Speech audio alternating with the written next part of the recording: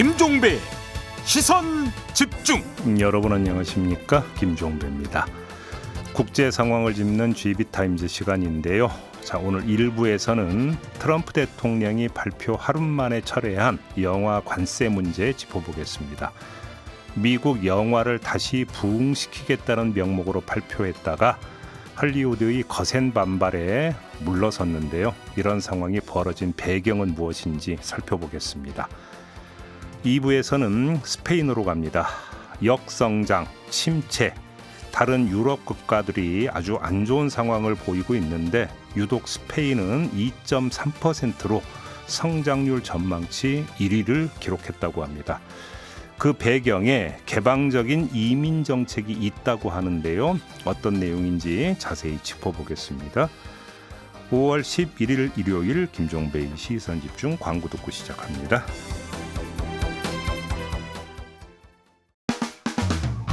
평일에 JB타임즈가 있다면 주말엔 글로벌타임즈가 있다. 테마로 알아보는 국제정치 GB타임즈. 네, 함께할 세 분 소개해드리겠습니다. 다큐엔 뉴스 코리아의 김영미 대표 모셨고요. 어서 오세요. 네, 안녕하세요. 서울신문의 송현석 기자 모셨습니다. 어서 오세요. 네, 안녕하세요. 그리고 세종대 글로벌 인재학부 장휘 초빙 교수 모셨습니다. 네, 어서 오세요. 네, 한 주 잘 보내셨죠? 네. 네. 자, 미국으로 가봅시다. 저는 이 뉴스 보고 솔직하게 표현해서 황당했는데 영화 관세를 매긴다. 이게 말이 아니 다른 나라라면 제가 이해를 하겠는데 미국에서 이해가 도저히 안 됐던 거거든요. 도대체 네. 발상법이 뭐였던 거예요, 이게? 그러니까 트럼프 대통령 주장은 영국이나 캐나다 같은 외국이 미국 영화 제작사들을 상대로 온갖 그런 인센티브를 제시하면서 자국에서 영화 산업을 키우려고 유인을 하는데 이게 미국 영화 산업에는 이제 해가 된다는 게 트럼프 대통령의 주장인 거예요. 그러니까 예컨대 올해 최고 흥행작인 마인크래프트 무비라는 영화는 캐나다에서 촬영이 됐고 올여름 이제 한국에서도 개봉을 앞두고 있는 미션 임파서블 시리즈는 대부분 미국 밖에서 찍었어요. 그런데다가 영국 런던 같은 경우는 최근에 할리우드 영화 촬영지로 굉장히 많이 이제 환영을 받는 그런 지역이거든요. 그래서 지금은 또 좀 줄어들긴 했지만 할리우드 시장이 중국 내수를 노리고 중국에서 촬영하는 일도 상당히 많았고요. 그런데 외국에서 이렇게 영화 촬영을 하게 되면 이 촬영한 국가나 도시는 자연스럽게 홍보가 되기 때문에 유치 경쟁이 굉장히 치열합니다. 근데 이 과정에서 아까 말씀드린 것처럼 영화 제작사의 이제 촬영 국가나 지역에 인센티브를 제공하는 일들이 많은데 트럼프 대통령이 이걸 다른 국가들의 조직적인 시도이고 미국 안보에 대한 위협이라고 말하는데 이 트럼프 대통령의 안보라는 기준이 도대체 어디에 있는가에 대한 고찰을 해야 되는 상황이 아닌가 싶은 생각이 듭니다. 제가 그래서 지금 순간적으로 머리를 굴려봤어요. 이게 어떻게 그 안보가 연결이 될까? 네. 이런 거 아닐까요? 웃지 마세요. 네. 자, 마블 시리즈를 해외에서 촬영을 해요. 근데 그 마블 시리즈 내용에 첨단 기술이 들어가 있어. 네. 유출이 돼. 네. 전쟁 영화를 찍어. 근데 미국의 첨단 무기가 거기 노출이 돼. 그래서 안보에 위협이 된다. 혹시 이런 식으로 생각하는 거 아닐까요? 말도 안 됩니다. 트럼프가 그걸 진짜로 트럼프가 그걸 진짜로 알았다고 생각한다는 네. 거죠. 트럼프에게는 맞아 그거야라고 할 수 있는 그런 내용이에요. 아니, 미국에도 나름 검열이라는 게 있고요. 네. 영화에 그런 식의 정말 그 기밀에 가까운 정보가 아니면 이해가 안 되잖아. 아니면. 네, 이해가 안 되는 거예요. 그저 이해가 안 될 뿐이죠. 근데 왜 벌떼같이 들고 나서 이렇게? 아니 그리고 네. 이 자체가 이제 바뀐 세계 시장 환경에 대한 몰이에서 오는 게 아닌가라는 그렇죠. 생각이 들어요. 그래서 자동차 관세도 매긴다고 했을 때 국내 자동차 업계들이 반발을 해가지고 미국 국내 자동차 업계들이 반발을 해서 그거를 이제 유예시켰는데 지금 이것도 내부의 반발이 많으니까 이제 얘기하자마자 바로 취소를 그러니까 유예죠. 예. 그런데 이제 왜냐하면은 이 생산망이 되게 밀접하게 연관돼 있고 미국의 자동차 부품이 여러 나라에서 생산되기 때문에 관세를 매겨버리면 오히려 미국 생산비가 올라가는 것처럼 영화도 지금 글로벌 분업이 엄청나게 잘 돼 있고 그래서 뭐 촬영은 캐나다나 뭐 영국에서 하고 녹음은 영국에서 하고 CG는 한국에서 입히고. 맞아요. 옛날에 네. 애니메이션 이런 것도 그 네. 애니메이팅 기술 이런 거 한국에 하축 많이 주고 그렇죠. 맞아요. 이제 그러다 보니까 이게 요즘에 저희가 IMDb라고 이제 영화 데이터베이스 웹사이트가 있는데 거기 보면은 한 국가가 생산한 영화가 이제는 거의 없어요.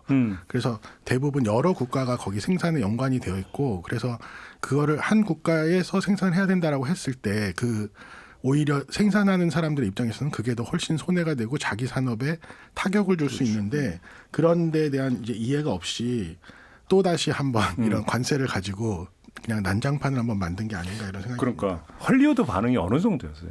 할리우드에서는 사실 하루 만에 뭐 S&P부터 시작해서 넷플릭스, OTT 쪽이 전부 다 하락하는 주가가 하락하는 그게 보였고 이게 트럼프 대통령이 하루 만에 뒷걸음질을 친 것도 사실상 이렇게 업계에서 수치가 증명하는 그런 부분들이 나왔기 때문입니다. 그리고 영화 업계에서는 뭐 트럼프의 영화 관세가 말도 안 된다라는 입장들이 지배적인데 특히 이 헐리우드 영화에 대해서 사실 저희도 마찬가지죠.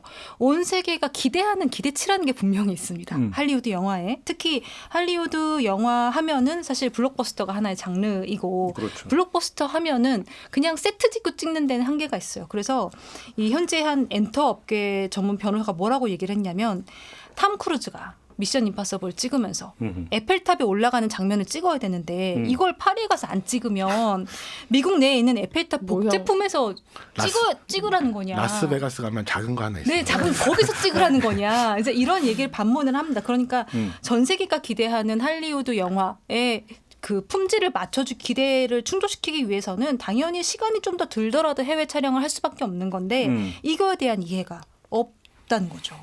그러니까 뭘 몰랐다 한마디로 이거잖아요. 몰랐기도 하고 네. 지나치게 그냥 즉흥적이었다라고 보여지는 거죠. 근데 진짜 그냥 겉에서 봤을 때는 자 영화에 관세를 매겨 그러면 할리우드 영화를 보호하는 거야라는 그런 논리로 지금 완전 일차적인 논리로 간 거거든요.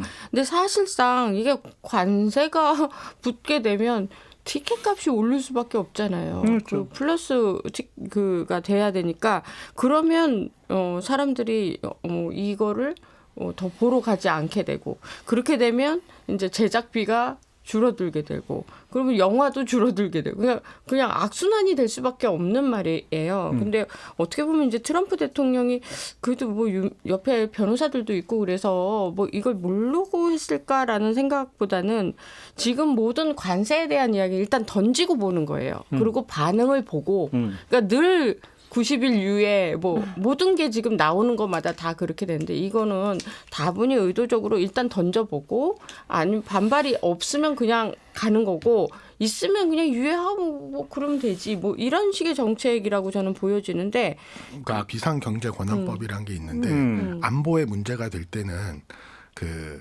뭐 이렇게 관세를 매기거나 수입을 제한할 수 있다 뭐 이런 것들이 있지만 대통령이 그 권한을 갖고 있다고 규정을 했지만 이 88년에 통과시킨 법안 수정안에서는 특히 뭐 출판물, 영화, 포스터 이런 것들이 여기엔 포함되지 않는다라는 수정안이 있고 영화도 안 되고 그러니까 영화도 안 되고 이게 이제 사례가 문화적인 거 90년대인가 2000년대에 이란의 그 작가가 쓴 작품을 한번 수입 거부한 적이 있는데 이 법안 수정안에 의해 가지고 수입 금지가 문제가 있다라는 판결도 나온 적이 있거든요. 그래서 지금 이제 트럼프가 얘기하는 이 자기의 관세를 정당화하려고 했던 것도 그래서 이걸 국가 안보와 연결을 하는 것도 사실은 문제가 될 수 있고요. 그다음에 WTO에서도 그런 디지털 그 이동에서는 관세를 부과할 수 없다라는 조항들도 있어서 실질적으로 이게 과연 할 수 있는가라는 의문도 제기되고 있습니다. 더 근본적으로는 영화의 관세를 어떻게 매겨요, 근데? 그러니까 그거 자체가 사실 조금 어려운 게 아까 교수님 말씀하신 것처럼 영화 한 편이 나오기 위해서는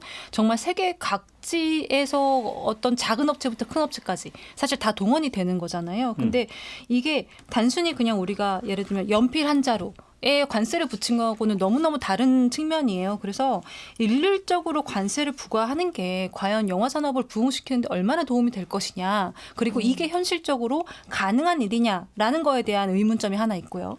또 하나는 아까 그 법안 수정안에 대해서 얘기를 하셨는데 이게 애초에 이 수정안이 나온 이유는 정부나 국가가 혹은 대통령 개인이 어떤 표현의 자유를 침해하는 거를 막기 위해서 그래서 문화 교류가 침해되는 걸 막기 위한 거였는데 있는데 이게 트럼프 대통령의 이런 법안이 결과적으로는 미국의 영화 산업을 훨씬 더 고립시킬 수밖에 없는, 왜냐하면 미국의 틀 안에 가두는 거기 때문에 그래서 더 이게 불법적이고 오히려 영화 산업에 악영향을 줄 것이다. 그리고 애초에 영화라는 어떤 컨텐츠라는 거에 대한 관세를 부과하는 사례가 전 세계적으로 찾아보기가 굉장히 어렵다라는 부분들에 대한 지적들이 많죠. 그러니까 보통 이제 관세라고 하면 상품 교역 과정에서 매기는 세금이잖아요. 네. 그래서 이제 그 관세를 매기면 이제 상품 가격에 이제 그 반영이 되는 건데 네. 영화 산업 같은 건 거의 대부분 용역이잖아요. 그렇죠. 사실은.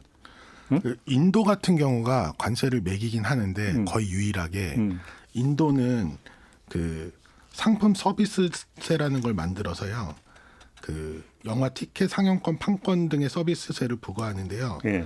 그래서 주로 이거는 수입업자들에게 부여를 하는 방식으로 직접적인 관세는 아니고 간접적인 관세인데 그 옛날에는 부가가치세를 높이 매겼는데 요즘에는 그 상품 서비스세라는 걸 만들어서 합니다. 근데 인도는 이렇게 할 수 있다고 주장을 하는 게 WTO에서 개도국 지위가 있기 때문에 우리는 관세를 매길 수 있다. 그래서 이게 우리 거를 보호할 수 있다. 우리 산업을 보호하기 위해서 이런 그 추가적인 세금을 매길 수 있다라고 주장을 해서 인도 같은 경우가 거의 유일하게 세계에서 영화에 관세를 매기는. 근데 아니 어렵게 생각을 없이 그래서 그냥 예를 들어서 영화를 수입하는데 그래서 관세를 매긴다고 쳐요. 그럼 이제 수입 가격이 올라가니까 티켓값도 올라. 티켓값이 올라가는 것이 네. 되는 거잖아요. 그러면 손해 보는 거 오히려 헐리우드가 훨씬 손해를 보는 거잖아요. 그렇죠. 예, 그리고 사실 관세 지금 미국이 혹은 트럼프 대통령이 주장하고 있는 관세라는 것 자체가 결과적으로 최종 피해자는 소비자일 것이다라는 얘기들을 다 하잖아요. 영화 산업도 마찬가지인 거예요. 그리고 지금 뭐 트럼프가 영화에 대해서 이렇게 관세를 물리는 게 가능하냐고 물어보셨는데 사실 영화는 어떻게 보면 또 지적재산권하고 연관이 있기 때문에 더더욱 물건 하나당 얼마처럼 관세를 매기기가 되게 어렵고 지금까지 그 수많은 나라가 그 오랜 시간 동안 영화에 대해서 관세를 매기지 않은 데는 다 이유가 있는 겁니다. 근데 트럼프가 지금 그걸 뒤집으려고 했던 거죠. 아무튼 그래서 이제 트럼프가 한 발 물러섰는데 철회예요, 보류예요. 보류죠. 보류? 네, 일단은 보류고요. 지금 트럼프 대통령이 뭐 관세를 던졌다가 보류한 것들이 굉장히 많잖아요. 여러 가지가 있는데 트럼프 대통령의 그 성정상 이게 철회는 따로 하지 않고 보류가 계속 이어질 가능성이 훨씬 크고요. 그리고 자꾸 이렇게 왔다 갔다 하잖아요. 트럼프 대통령이. 도대체 이분은 왜 이러실까? 이제 곰곰이 생각을 하는 날들이 굉장히 많았어요. 그런데 이게 생각해 보면은 100일 때, 그러니까 취임 100일 기념 인터뷰를 했었단 말입니다. 네, 했죠. 그때 뭐라고 얘기했냐면 일기 때는 자신을 죽이려고 하는 사람들 사이에서 살아남느라고 바빴대요. 그러니까 그 얘기가 뭐냐면 일기 때는 본인도 대통령이 될지 모르고 있다가 대통령이 되셨고 그러다 보니까 주변에 참모진이 사실 그 충성파가 별로 없었어요. 그래서 그렇죠. 그때 당시에 뭐 국방장관이라든지 이런 사람들이 뒤통수를 많이 쳤단 말입니다. 그래서 자기는 그런 사람들 사이에서 살아남느라 바빴는데 2기 때는 아니다라고 이야기를 해요. 근데 2기가 다르다 그러면 1기 때보다 훨씬 더 나은 환경에서 2기를 시작을 했고 그러면 훨씬 더 좋은 정책들이 나올 만한 그런 환경에 지금 처해 있는 상황인데도 불구하고 지금처럼 왔다 갔다 하는 이유는 뭘까? 일단 두 가지 이유가 있는데 하나는 일단 성정 자체가 MBTI로 치면은 P예요. 굉장히 즉흥적인 겁니다. 계획이라는 게 별로 없어요. 그래서 이 즉흥적인 성격이고 또 하나는 이번에는 2기 때는 본인이 환경이 훨씬 좋은 환경에서 시작을 했기 때문에 본인 스스로 되게 잘할 수 있을 거란 자신감이 있었거든요. 내 말은 다 들어줄 거라고 생각하는 그런 자신감이 있었는데 너무 세상을 만만하게 본 거죠. 세상이 자기 뜻대로 지금 돌아가지 않는 겁니다. 그렇다 보니까 조급해지고 여기서 스텝에서 실수가 계속 지금 나오고 있는 거예요. 그러니까 그럼 트럼프 이제 그냥 전략이라고 좋게 표현해 줍시다. 네. 전략은 일단 찔러보고 네. 들어가면 좋고 안 들어가면 말고 네. 뭐 이런 겁니까? 네, 아닌 말고가 너무 많지 않습니까? 지금까지 봐도. 예. 네. 그거를 이제 트럼프와 그의 그 주변 사람들은 네. 예측 불가능성, 전략적 예측 불가능성을 만들어서 거기 전략적이 어떻게 붙습니까? 전략적 모호성까지 가는 겁니까? 협상에서 우위를 점한다. 우리 여기서 백악관 고위 관계자가 우리의 성공은 상대를 놀라게 하는 능력에 달려 있다라고 말하는 거죠. 이걸 전략으로 이야기를 하기도 하는데 뭐 지금 말씀하신 것처럼 대부분의 사람들은 전략 같아 보이지는 않고 아무리 봐도 개인적인 성향이 크지 않은가, 충동적이고 감정적이고 전문 용어로 이제 즉흥적이고. 성질대로. 예. 근데 또 하나 제가 볼 때 더 큰 문제는 벤스로 대표되는 부통령 벤스로 대표되는 미국의 이런 신보수주의자들이 갖고 있는 산업에 대한 되게 왜곡된 이상한 생각들이 그 기저에 깔려 있기 때문에 이런 일들이 관세와 관련돼서 특히 이런 일들이 반복되는 것 같습니다. 그래서 이 사람들은 마치 미국의 지금까지의 실패가 미국의 산업이 싼 노동력과 싼 시장을 찾아서 외국으로 나가서 공장을 다 옮기고 미국의 그 제조업을 망쳐놨기 때문이라고 생각을 하고, 그래서 이런 관세 같은 극단적인 처방을 통해서 이걸 우리 땅으로 가져와야 된다고 하는데 네. 이런 생각들은 많은 경제학자들이나 많은 학자들이 그게 예를 들면 7, 80년대에는 어느 정도 성공할 수 있었을지도 모르겠지만 지금같이 이렇게 글로벌 밸류 체인이 바뀌어져 있는 상황에서는 세계 경제 질서를 만들고 그런 글로벌 밸류 체인에 복잡하게 얽혀 있는 미국 같은 경우에는 네.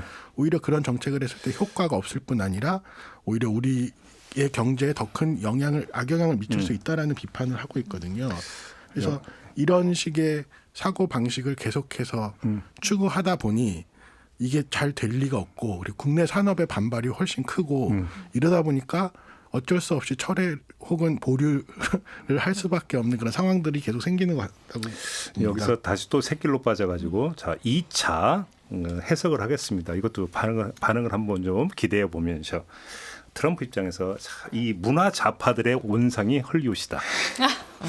죽이자. 그 정도만 돼도 왜 다 비웃어? 왜? 아니 다. 그 정도만 너무 돼도 전략적이라서요. 이런 사태가 안 벌어지는데. 어디서 많이 들어본 얘기 같아서. 아 그래서 저도 그래서 좀 그런 거예요. 근데 이게 영화라는 게 어떤 물건으로 이렇게 만져지는 게 아니잖아요. 그리고 지금은 사실 OTT하고 스트리밍 시대고 그렇죠. 또 영화를 하나 만드는 데 있어서 투자자들이 굉장히 다국적이란 말이에요. 네. 그러니까 이 미국의 자산만으로 되는 게 아니거든요. 그러니까 시대가 굉장히 많이 바뀐 거예요. 그래서 우리는 사실 영화를 극장 가서 보는 것보다는 그냥 집에서 뭐 넷플이나 이게 스트리밍으로 다 보잖아요. 근데 일단은 트럼프 대통령은 그렇게는 영화를 보시는 건 아닌가 봐요. 그러니까 이걸 즉흥적으로 생각할 때는 요즘 영화 보는 스타일을 전혀 모르시는구나라고 생각을 하는 거죠. 저는 사실 이 일에 있어서 이 사안에 있어서 저희가 문화라는 게 어떤 건지에 대해서 사실 다시 생각해 볼 수 있는 계기가 될 거라고 보는데 왜냐하면 물론 문화도 돈이 있어야 경제가 돌아야 이게 확산할 수 있고 성장할 수 있다는 걸 압니다. 그런데 뭐 프랑스가 가지고 있는 문화적 예외 정책 이런 것처럼 문화 상품이라는 게 단순히 경제적인 교역의 대상이 아니라 이 한 나라의 정체성이나 다양성을 지킬 수 있는 어떤 핵심 자산으로 보는 게 이 프랑스의 문화적 예외 정책이거든요. 그래서 영화도 문학도 그 한 국가의 정신과 문화가 그 뿌리에 있다. 그래서 이제 정체성이 언어에서 나온다라고 이야기를 하는 것처럼 모국어를 이제 보호하고 발전시켜 나가는 그런 정책도 있는 거고요. 영화나 문학 같은 문화도 그렇게 보호를 해야 될 필요가 있는 겁니다. 그래서 단순히 효율적이나 경제적인 그 효과에 맞출 수가 없다는 건데 생각보다 문화가 가진 힘이 굉장히 크다고 저는 보거든요. 그래서 저희가 또 과거를 돌이켜 보면 박근혜 정부 때 우리 텔레토비 귀여운 텔레토비가 나오지 못하는 상황이 생기지 않았었습니까? 문화는 문화일 뿐인데 박근혜 정부도 그때 당시에 텔레토비에 긴장한 거 아니에요. 그리고 아니 뭐 배우는 대통령 닮았다라는 이유로 출연도 못하는 그렇죠. 수년간. 그리고 CJ 같은 대기업이 당시에 저희가 극장에 가면 뭘 봤습니까? 창조 경제를 응원합니다. 라는 저희가 그 슬로건을 봤잖아요. 그러니까 사실 이것도 정치권에서 다 문화의 힘을 알기 때문에 그런 거라고 생각하고 누구에게나. 근데 이번 사안에서 저는 숨은 칼이 있을 수도 있다고 보는 게 이게 이제 뭐 할리우드과 트럼프 간의 관계 이렇게 좁혀서 볼 게 아니라 이게 그 문화상품 내지 지적재산권 부분에서도 이제 트럼프가 이제 본격적으로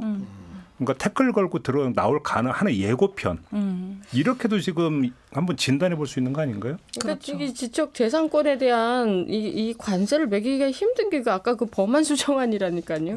이게 뭐 문화예술 콘텐츠에 대한 수익 규제를 아예 금지한다고 헌법에 나와 있는 거예요. 예를 들어서 이런 거겠죠. 자, 한국에서 지적재산권이 보호가 되지 않으면서 불법 복제 이렇게 판쳐. 그러니까 니네가 지금 조치 내놓고 안 하면 우리는 또 바로 저기 대응 들어가겠다. 보복 조치하겠다. 이런 식으로도 나올 수 있는 거예요. 그건 얼마든지. 그렇죠. 그렇지 않습니까? 네. 이런 데에서 다시 트럼프가 제2, 제3의 카드를 다른 나라를 향해서 꺼내들 수가 있다는 거죠. 그럼 이거를 개당 매길 거냐, 시간당 매길 거냐, 아니면 아이디어 하나당 매길 거냐, 그러니까 대사 그거는 하나당 매길 예를 들어서 거냐. 뭐 근데 우리 이런 게 있을 수가 있죠. 이제 그 관세도 그 상호 관세가 있지만 품목별 관세가 있는 것처럼. 그렇죠. 자, 니네가 지금 우리 그 미국의 기업들의 지적 재산권을 존중을 안 하고 불법 복제 해적판을 하니까 우리는 그럼 다른 방법으로 너희들한테 보복할래. 이렇게 가면서 예를 들어서 그 상호 관세를 올린다든지 예를 들어 이건 예예요. 네. 이런 식으로 얼마든지 대응할 수 있다라는 거예요. 그러니까 그렇게 대응하려면 그거에 대한 근거가 명확하게 있어야죠. 그렇죠. 예컨대 만약에 국내에서 예를 들어서 국내에서 뭔가 불법 복제, 미국 영화에 대한 불법 복제가 판을 치고 그래서 국내에 그 불법 복제물을 제작해서 유포하는 업체가 돈을 벌고 있다 그러면 그거는 일단 첫 번째 국내에서 처벌받을 수 있고요. 두 번째 미국 제작사가 개인적으로 걸 수 있습니다. 이게 관세로 갈 수 있는 문제가 아니라는 거예요. 근데 예를 들어서 이런 거잖아요. 한국의 상호 관세를 매기는데 네. 전혀 근거가 없는 근거 있잖아요. 그렇죠. 그러니까 막무가내잖아요. 그렇죠. 그러니까 네.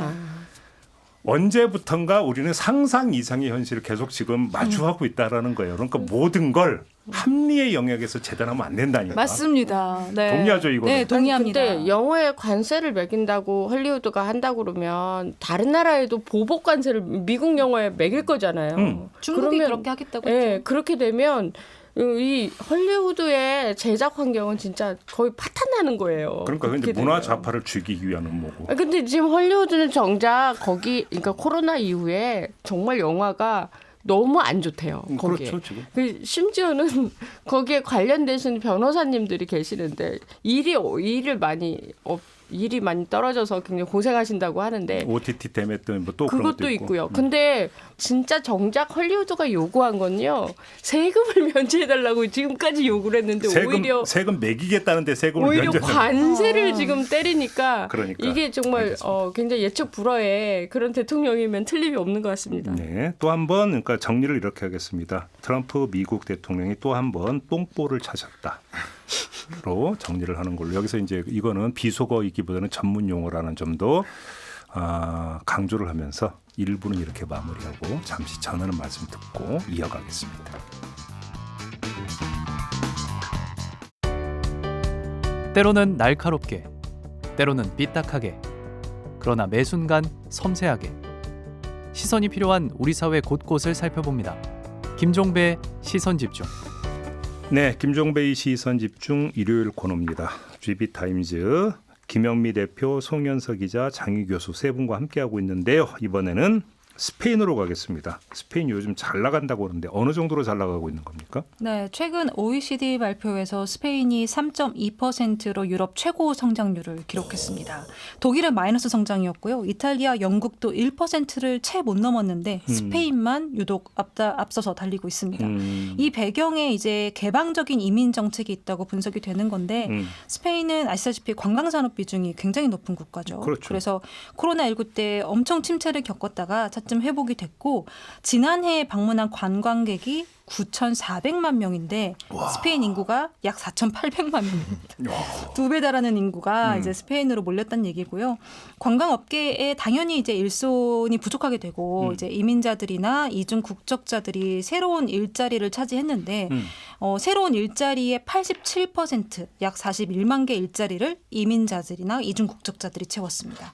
그래서 유럽연합에서 원래 스페인의 출산율이 가장 낮았는데 이 이주민들이 이제 많이 들어오면서 경제가 굉장히 조금 많이 활발해졌고 또 스페인 같은 경우는 이제 중요한 게 이주민들의 비중을 최대한 줄이거나 아예 못 들어오게 막는 것보다는 잘 관리하는 게 이 국가 발전의 원동력이다. 이렇게 보고 지금 현재 굉장히 좀 개방적인 이민 정책을 펼치고 있습니다. 그러니까 쉽게 이제 이민을 적극적으로 받아들여서 경제 활동 인구를 늘리고 네. 그리고 어떤 노동 부문에 투입되면서 이제 그 국내 생산을 늘린다. 이런 지금 선순환 구조가 형성이 되어 있다. 이런 얘기가 되는 건가요? 맞습니다. 그런데 지금 유럽에서 극우가 다시 발호하고 있는 근본 배경에는 이민이 있다. 그래서 오히려 이민 정책 때문에 오히려 갖가지 사회 문제가 발생을 하고 있고 그것이 지금 극우의 발호의 어떤 토양이 되고 있다는 분석이 많이 있었잖아요. 네. 근데 지금 스페인에서 나타나는 현상은 그럼 이거는 전혀 다른 거네요. 그러니까 우리가 이제 서유럽이라 이런데 뭐 어떤 노동의 문제라든지 아니면 범죄 뭐 이런 여러 가지 우려가 있었고 또 난민이 유입되면서 국가의 안보에 뭐 문제가 생긴다. 실제로 뭐 난민 유입되고 나서 몇 번의 그 테러 사건도 있었고 뭐 이런 것들을 항상 부각을 시키거든요. 그러면 이제 스페인의 이런 성장과 안정은 그걸 완전히 다 뒤집는 거예요. 네. 결과적으로 봤을 때는. 그러면 과연 영국이나 독일이 이 난민이나 외부 노동자가 유입돼서 이렇게 마이너스가 되고 범죄가 생겼느냐. 근데 사실상 그러니까 범죄의 발생률도 보면 난민이 유입되기 전하고 후하고 큰 차이는 없어요. 근데 단 난민이 어떤 범죄를 저질렀을 때 뉴스에 굉장히 크게 부각이 되는 거죠. 이른바 침소봉대 보도 우리나라만이 아니군요. 그러니까. 네. 그렇죠. 그러다 보니까 그런 뉴스가 부각이 되면 일반 시민 입장에서 아 난민 때문에 우리가 이렇게 됐구나. 내가 조심해야겠다. 이런 경각심이 생길 수밖에 없는 거거든요. 그 뉴스를 보면. 그래서 이게 난민 때문이다라는 뭐 언론도 그렇고 계속 그런 식의 분위기를 가다가 갑자기 스페인이 이런 식으로 경제 성장률과 또 스페인은 사실은 난민이 유입되기 전과 후가 그렇게까지 범죄 발생률이 그 수치로는 큰 차이는 없어요.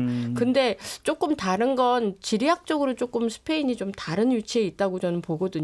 원래 그 스페인에 있었던 무어인들이 무슬림들이었고 또 그렇죠. 북아프리카 쪽 이제 마그리브 지역으로 이렇게 쫓겨났던 사람들인데 네. 그 사람들이 이제 자손들이 이렇게 다시 오는 거라 그러니까 언어적으로나 문화적으로 굉장히 유사한 게 많은 거예요. 그러니까 뭐 예를 들어서 중국이나 아니면 중동이나 이런 데 각자 살던 사람들의 문화가 뭐 영국이나 이제 서유럽에 오면 굉장히 다른 문화들이 많거든요. 근데 반면 스페인은 별로 그렇게 큰 문화적 차이가 없었다는 것도 크게 주요했다고 생각을 해요. 역사적 배경이 좀 다르다. 그렇죠. 다른 나라들하고. 예. 그럼 오히려 이제 그것이 갈등의 요인보다는 융화의 요인으로 작동을 했다. 또 문화적 코드가 비슷한 사람들이기 때문에 가능하지 않았나라고 봅니다. 그런 점도 있고 또 한편으로는 스페인 정부에서 이 이민자를 대하는 태도 자체가 상당히 그 달랐다고 생각하는데 예. 많은 국가들이 점점 더 이런 반이민 정서가 확대되면서 이민을 주로 통제하려는 방향으로 가고 있거든요. 그리고 전통적으로 뭐 한국이나 일본처럼 애초에 통제만 하려는 그런 국가들도 있고 그런데 이제 스페인에서는 계속해서 정부에서 이 사람들이 그 역사를 통틀어 이주가 국가 발전의 원동력 중에 하나고 증오와 외국인 혐오는 국가를 파괴하는 요소다. 그리고 이들이 만약에 없어진다면 우리가 보이지 않는 일자리에서 있는 많은 산업들이 붕괴할 것이다. 이런 이야기들을 지속적으로 하고 그래서 이 사람들의 기여를 생각해서 우리가 그들을 위해서 네. 이들이 여기서 잘 정착할 수 있도록 관리를 해야 된다는 그런 시각들을 계속해서 반복해서 쉽게 내주는 말하면 거 역시 중요하다고 생각합니다. 국가 차원에서 캠페인도 상당히 적극적이었다 이런 말씀이신가요? 네. 그리고 스페인은 이제 뭐 아까도 언어 얘기를 잠깐 했지만 저는 이런 나라들이 제일 신기한 것 같아요. 그러니까 언어를 여러 개를 가지고 있는 나라들.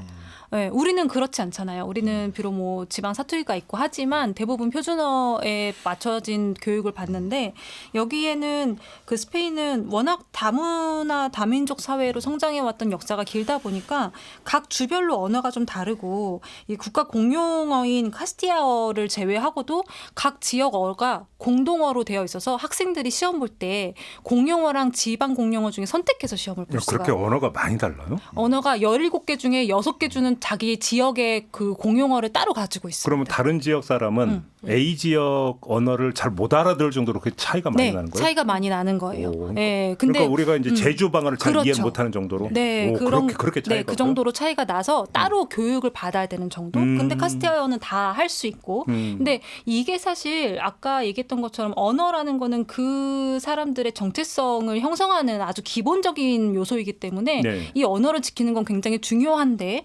여기서 포인트가 되는 거는 그걸 국가가 정부가 나서서 이 언어들을 지켜주고 있는 정책을 펼친다는 거예요. 그렇다 보니까 당연히 다른 민족, 다른 언어를 쓰는 사람들에 대한 거부감이 조금 덜한 상태로 모든 아이들이 성장을 하는 거죠. 그래서 독일이나 프랑스 같은 국가들보다 훨씬 더 이민자를 받아들이는 데 조금 열려 있다라고 보여집니다.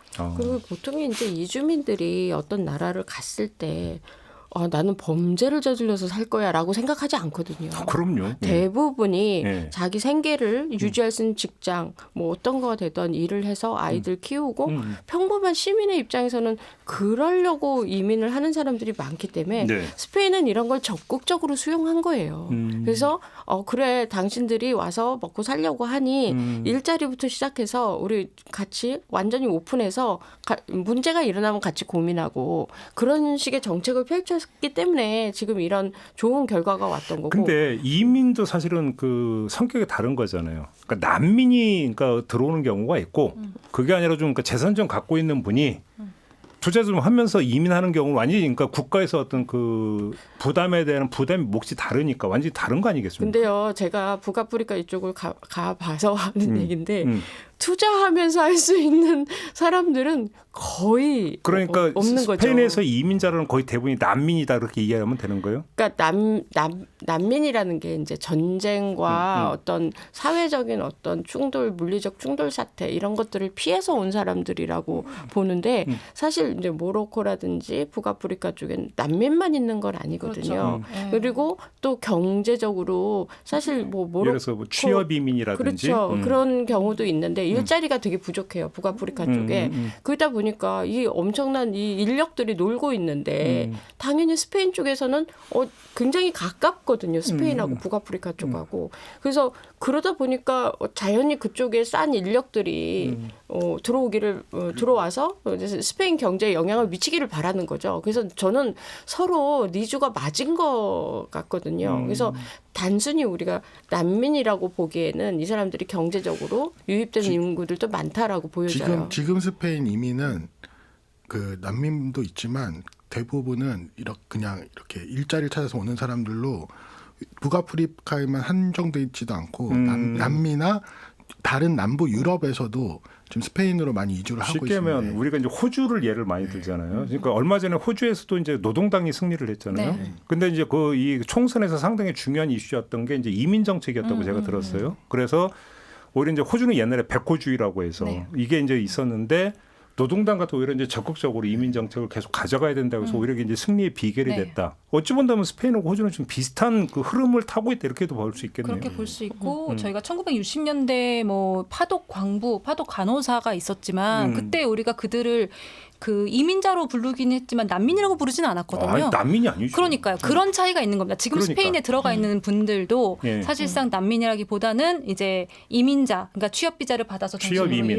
취업 이민 비자를 받는. 그러니까 예를 들어서 좀 기계적으로 난민이라고 한다면 그들로부터 세금을 받아서 국가 재정을 벌충을 하는 게 그렇죠. 아니라 오히려 국가 재정을 투입을 해야 되는 대상이지만 그렇죠. 취업 이민자 같은 경우는 세금을 냅니다. 경제 활동에 참여하면서 세금을 내니까 오히려 국가 재정에도 기여를 하는. 그렇죠. 그러니까 차원이 좀 다른 부분이 네. 있겠죠. 난민이라고 하더라도요.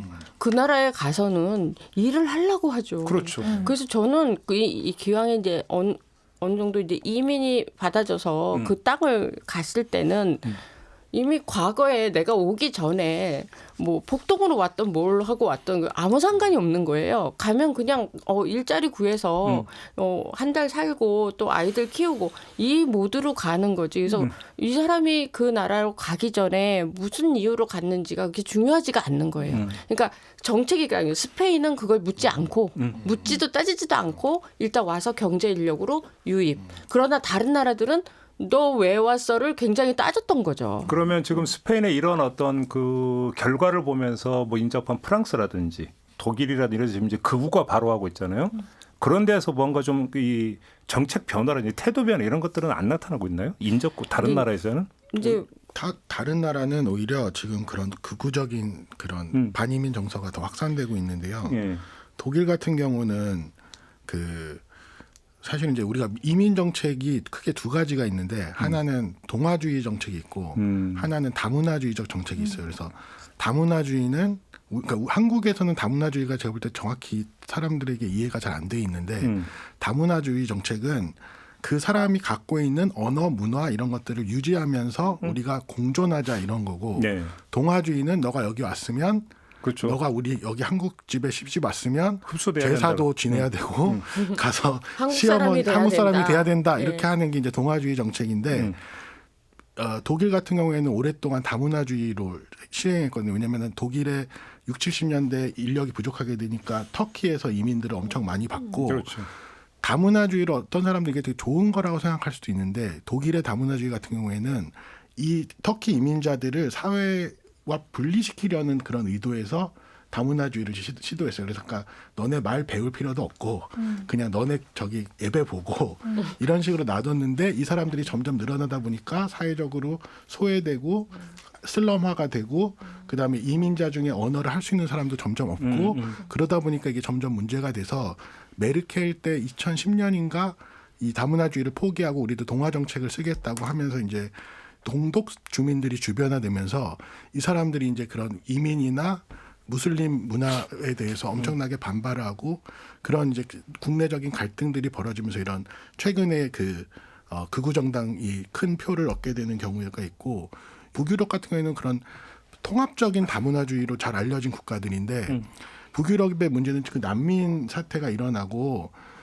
그 북유럽은 인구 자체가 얼마 안 되는데 자기 인구의 거의 막 그 5%를 그냥 난민으로 받아버려요. 스웨덴 같은 경우가 대표적인데 인구 대비 가장 많이 받거든요. 근데 그러다 보니 실질적으로 우리가 보통 이제 이민자들이 범죄를 많이 저지른다 이런 것들은 과장된 보도가 많고 실제 연구들을 보면 이민자들이 사실 범죄율도 낮고 뭐 이런 얘기 그다음에 경제적으로 복지 혜택을 받는 것보다 아까 말씀하신 것처럼 그 사람들이 일하는 노동력이 돼서 세금을 낸다거나 실업률을 줄인다든가 하는 여러 가지 긍정적인 측면들이 많다는 게 주된 연구긴 해요. 그런데 북유럽 같은 경우에는 그 인구 대비 너무 많은 인구를 한꺼번에 받으면서 최근에 뭐 여러 가지 조직 범죄라든지 총기 범죄가 뭐 8배가 늘고 뭐 이런 다양한 문제가 생기면서 이런 북유럽에서도 극우 정당들이 지지를 받고 이런 이민 정책들도 되게 특히 난민을 통제하고 숫자를 쿼터를 줘서 이제 훨씬 적게 받고 근데 훨씬 적게 받는 게 800명 이상 못 받습니다.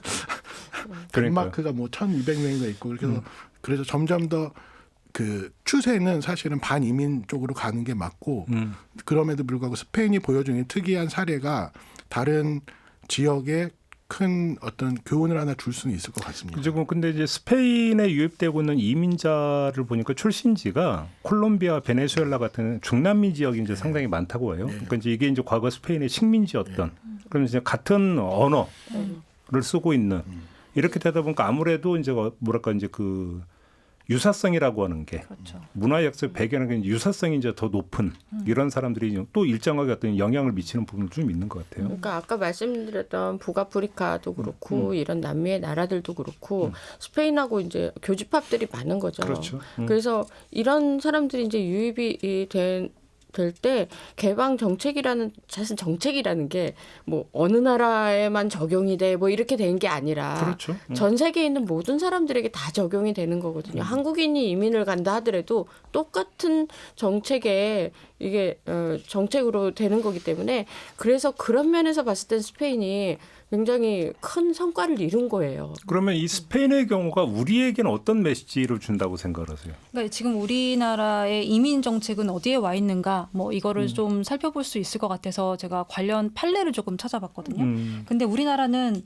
뭐 일단 아직 멀었다라고 하긴 너무 부정적이고 아직 좀 해결해야 될 벽이 좀 많다 이렇게 보여주는데 일단 한국은 외국인이 취업할 수 있는 분야 자체가 한국인으로 대체할 수 없는 선주민으로 대체할 수 없는 그런 분야로 제한되는 경우가 많고 헌법재판소 판결에서도 좀 비슷한 부분을 볼 수가 있었거든요. 이게 불과 2021년 판결인데 외국인 근로자가 근로계약을 해지하거나 갱신을 거절할 때 자유로운 사업장 변경 신청권을 부여하지 않는 게 이거는 노동법이나 인권의 침해가 된다라는 소송이 있었어요. 예. 그런데 헌법재판소는 이거를 그런 자유를 줄 수 없는 게 당연하다. 이거는 불가피한 측면이 있다. 그러니까 외국인 근로자가 자유롭게 사업장 변경 신청을 할 수 없도록 제한하는 게 노동자의 기본권을 침해한다고 볼 수 없기 때문에 헌법에 위반되지 않는다. 이런 판결을 내렸습니다. 그러니까 이거는 사실 외국인 노동자에게 훨씬 더 이주 노동자에게 굉장히 좀 불리한 왜냐면은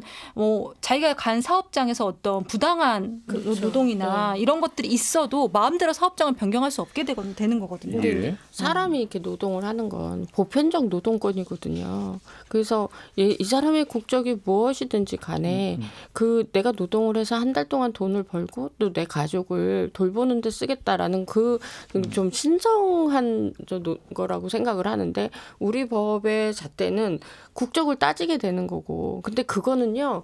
저는 판사나 사법부를 욕할 게 아니라 제도적으로 법률적으로 보완이 안 돼 있기 때문에 그렇거든요.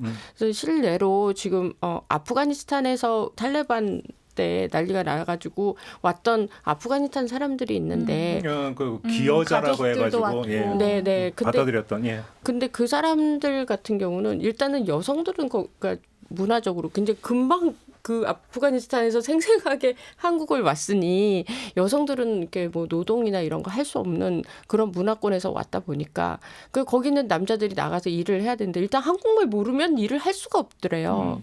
그래서 떠듬떠듬 이제 한국말을 배워야 되고 그러니까 아프간 말을 여기서 써가지고는 한국에서는 살아남을 수 없다는 게 너무 명백한 거잖아요. 그러니까 스페인이나 다른 나라들 같은 경우는 다른 언어를 써도 된다의 정책이고 우리는 아프간 말을 쓰면 니네는 여기서 노동을 할 수가 없어라는 게 기본이다 보니까 여기서부터 좀 정책이 많이 차이가 났고 근데 사실 정책이라는 건 겪어보면서 하나하나 이제 정리하면서 바꾸고 그러는 거라고 생각해요. 그래서 이제는 글로벌 시대에 아까도 이제 뭐 영화도 한 나라에서 만들지 않는 시대가 왔듯이 지금도 마찬가지거든요. 그래서 우린 또 인구도 줄고 있는 상황에서 바로 그 지점에서 제가 한번 질문을 드려보고 싶은데 이제 그래서 이제 이민 정책을 어떻게 할 것인가라는 그런 거 말고 더 큰 방향성.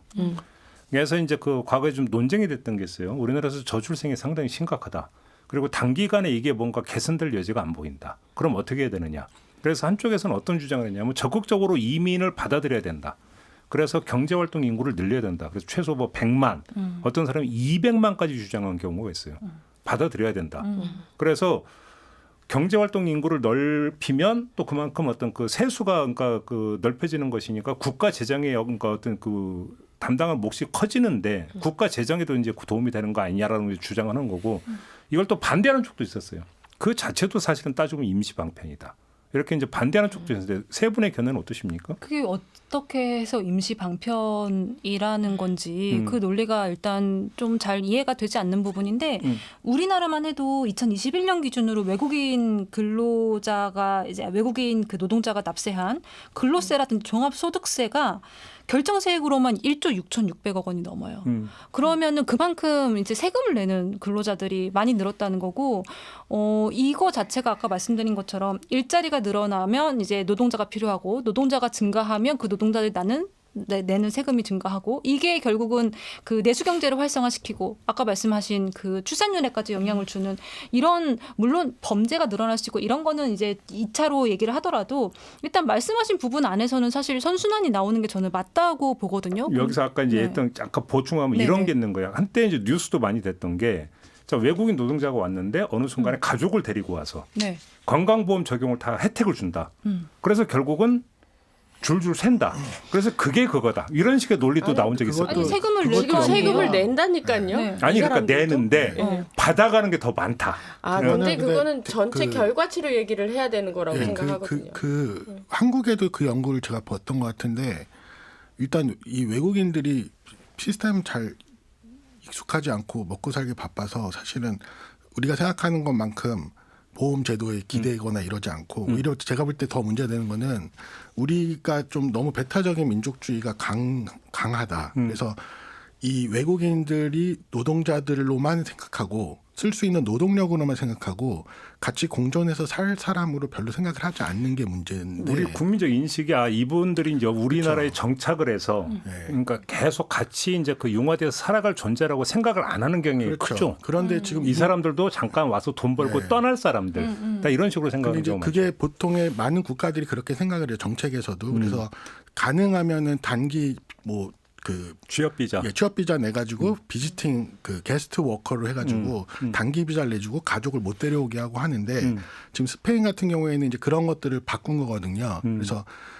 이게 이제 통제를 하기보다는 왜냐하면 산업 자체가 한국도 지금 건설업이나 농업 같은 경우 특히 농업은 농촌가 많아요. 예, 지금 농촌 가면은 그 외국인 노동자들이 버스 타고 다니면서 많아요. 예. 그 배 되면 타고, 예, 배 포도 타고 그 싸고. 사람들이 없으면 아예 네. 그래서 코로나 때 저희가 농산물 가격이 엄청 올라갔잖아요. 그러니까 그 수확을 아예 못 하니까 그냥 다 버려지고 이러는데 우리나라에서도 그런 산업적인 역할을 해야 되는 필수 인력들이 이미 외국인으로 대체된 게 되게 오래되어 있고 그걸 인정을 한다면 이게 이제 저희가 이 다른 나라에서도 봤듯이 이 사람들을 통제하기보다는 통합할 수 있도록 관리를 하고 이 사람들이 사회에 하는 기여들을 어떻게 하면 더 높일 수 있을까 그 부분들을 장기적으로 소프트 랜딩할 수 있도록 하는 그런 정책들이 필요하다고 생각합니다. 그러니까 얼마 전에 이제 트럼프 행정부 출범한 다음에 뭐 이제 외국인 추방 얘기 나오면서 뭐 이렇게 했다 저렇게 했다 뭐 얘기 참 많이 있었지만 우리나라 같은 경우도 이제 이른바 불법 체류자 단속이라고 하는 것들이 국내에서도 뉴스를 참 많이 타지 않았습니까? 네. 참으로 어떤 가혹하다 이런 이야기들이 많이 있었는데 결국 이제 스페인 사례가 우리나라에게 이제 어떤 메시지를 주느냐. 그래서 스페인 사례를 우리가 어떻게 그러면 하나의 모티브 삼아서 정책을 펼 수 있을 것인가. 요것도 좀 집중적으로 좀 연구가 필요하다. 이런 말씀을 드리면서 오늘 이야기는 좀 마무리하도록 하겠습니다. 세 분 수고하셨습니다. 감사합니다. 네, 김종배의 시선집중 오늘 준비한 이야기는 여기까지입니다. 물러가고요. 내일 아침에 다시 인사드리겠습니다. 고맙습니다.